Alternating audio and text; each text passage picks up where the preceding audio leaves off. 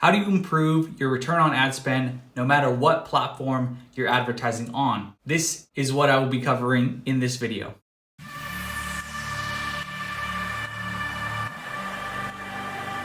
Welcome back to my channel. My name is Peter Christensen, founder of Scaling.co, where I help e-commerce entrepreneurs and media buyers scale up their ad accounts to 6 figures per month. If that sounds like something that you'd like to be a part of, you want the mindset, the tips, the strategies, the tactics that I'm going to share on this channel, just go ahead and subscribe right now. Okay, so ROAS is a metric that's made up of multiple metrics, specifically 4 metrics that I'm gonna show you on my computer screen. If you measure these 4 metrics, you can improve your return on ad spend, like I said in the intro. So let's just go to my computer screen and I can show you right now. So now we're on my computer screen, and this is the breakdown for return on ad spend and what metrics that we look at to improve return on ad spend for clients that we run ads for. So you can see ROAS is here at the top, and CPA and average order value, AOV, make up your ROAS. So the cost per acquisition is what this stands for if you don't know. So the cost per purchase, cost to acquire a customer, that number and the average order value are the 2 really parts of your ROAS. So like this left side here is really what we manage as media buyers and advertisers. It's the creative, it's the copy, it's the hook that we use for the copy, the targeting, and all that stuff. Really, all that and the multiple platforms that we're using, right? The strategies for each platform deliver us a cost per acquisition for that platform. And then on the right side here, this AOV tree is really what happens post-click and how the business model is set up, whether you're using a ClickFunnels or Shopify store. You can improve and focus on improving your AOV by actually raising your prices, or maybe doing some quantity. So adding on more quantity products. You can do quantity discounts, and that will improve your AOV. You can do, actually raise your prices to improve your AOV. So this is really done by the business owner, by the entrepreneur. They should always be working to improve average order value, customer experience, and things like that, customer lifetime value. And that will help improve ROAS, right? But for most of what we do and what we're focused on with this channel and with my agency is reducing the cost per acquisition by reducing the cost per clicks and improving the click-through rates and conversion rates of the ads with better ad copy, ad graphics, and targeting. So when you're looking at this whole kind of breakdown here, you can say increased ROAS equals decreasing your cost per acquisition and or increasing your average order value, right? Kind of just explain that. And then to decrease your cost per acquisition, you need to decrease your cost per click and or increase your conversion rate percentage. So the percentage of unique link click-through rate is the one that we use. That's the most top of funnel. And then it goes down to add to cart page from a content view, add to cart to purchase or initiate checkout percentage, and then initiate checkout to purchase conversion rate. So focusing on increasing those and decreasing cost per click. And then, like I said before, to increase your AOV, increase the average selling price or increase the quantity of your products that you sell. I could actually add frequency to this, but that's more like customer lifetime value type stuff.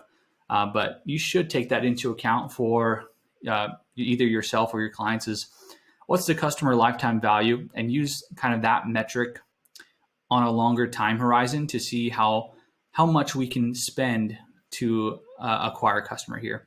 Because I think Dan Kennedy said it, the person or the business who can spend the most to acquire a customer will win, right? And that just comes to a business model. Like if you have one business that can spend only $20 to acquire a customer and one business that is set up in a way where you can spend $100 to acquire a customer, you can win a lot more auctions and be seen in a lot more places by a lot more people with $100 versus $20.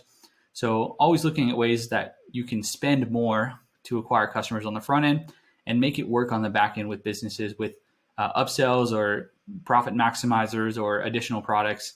That's what you want to kind of do. But focusing back here on CPA, so cost per click, some things that we can look at to improve cost per click or decrease cost per click are the relevance score of the ads, the competition or CPM or cost per thousand impressions, our bidding strategy that we're doing. We take a look at that. Pixel data, make sure we have enough pixel data and optimizing.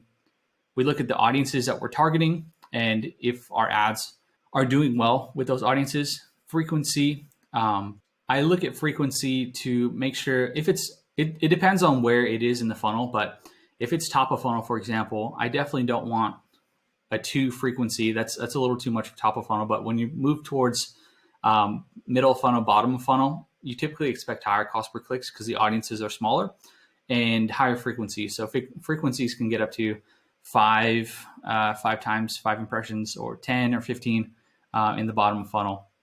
And then we have campaign objective, right? So most of the objectives that I do are conversion objectives, but doing a traffic objective, for example, will give you a lower cost per click, but it's not always the best type of traffic that you want. I would still recommend optimizing for conversion objective for Facebook. And then website performance. So this is a huge one that we talk about with clients is what's the post-click experience, the website load speed, the content on the website, and how people are interacting once they click over to the website. That data gets fed back in to the platforms. And if you have a poor customer experience, poor website, if Facebook, for example, can see that they sent you a traffic or they sent a person to your website and the person immediately jumped back, they can track all that. So that will give you higher cost per clicks because their first and foremost thing is protecting the user experience of their customers, of the users on the platform. So if you're doing anything that can give the customers a negative user experience, they're going to ding you in the auctions. That is cost per click. So now moving over to conversion rate percentage, the traffic quality, right? So this is where we kind of look at our audiences and make sure that we're targeting the right audiences for this offer and for our copy. So, you don't want to be targeting something super random that, most of that audience you probably wouldn't want the offer. So that's where we kind of take a look at the audiences and the quality of those. Something that also plays into the traffic quality is the campaign objective that we're optimizing for. So typically conversion objective traffic is of higher quality than, say, brand awareness or engagement type traffic. And then we have your offer/hook. So this is a really, really core piece is the offer. If you have a crappy offer that nobody wants, you can have the coolest graphic designs, you can have good copy, your targeting can be spot on, but if nobody wants your offer, you're not going to make conversions happen. All right, so making sure that you have an offer people want, and then that you have a hook that kind of channels people's desires onto your offer. That's kind of our goal with copy. So that's a huge piece of conversion rate percentage. Landing page, I feel like I touched on this already. Making sure your landing page is optimized, conversion rate optimized. Product conversion rate, so improving, all these cart conversion rate, site conversion rate. These kind of go all in one. The customer experience is really what this boils down to, is making sure when someone hits on the product page, it's easy for them to add to cart, and it's easy for them, once they add it to cart, to give you money, basically. And you would be surprised. There are so many brands out there that just throw something up and they make it super complicated for people to give them money. It's insane. So the goal here is to make it as easy as possible for someone to see your product, and once they want it, to buy it, to check out. And improving that will improve your conversion rate percentage, reduce your cost per acquisition, of course, and that will help improve your return on ad spend. So once you break it down like this, it becomes pretty clear what areas to focus on in your business or in the ad account that you can try and improve. Otherwise, like before I knew this graph, I would just be like, okay, how do I improve ROAS, and just think of a bunch of random things, right? But now that we have this, we can say, hey, let's look at our cost per click. And if our cost per click can be improved by maybe testing different audiences, testing different copy with those audiences, different creative, let's try and do that and work on this piece. And that will improve our return on ad spend. Or maybe conversion rate. Like if the ads are good, the cost per clicks are good, what can we do to improve conversion rate on the maybe click-through rates? Hopefully this gives you a structure to follow, a framework to follow when you're looking at improving the ROAS for your ad account. All right, I hope that was valuable for you. And comment below. My question is, how do you improve your return on ad spend? Is there something that I missed? Is there something you want to add to this training? Comment below. I will read it. My channel is only 25 subscribers right now, so help me out. All right, guys, that's it. I appreciate you, appreciate your time. Don't forget to give me a like, throw down your comment below, subscribe if you want to get more tips, mindset, strategy, tactics, all about becoming a media buyer, a 7-figure producer with ads. That's what this channel is about. So I'd appreciate to see you back here again. And remember to stay focused and stay grateful. And I'll see you in the next video.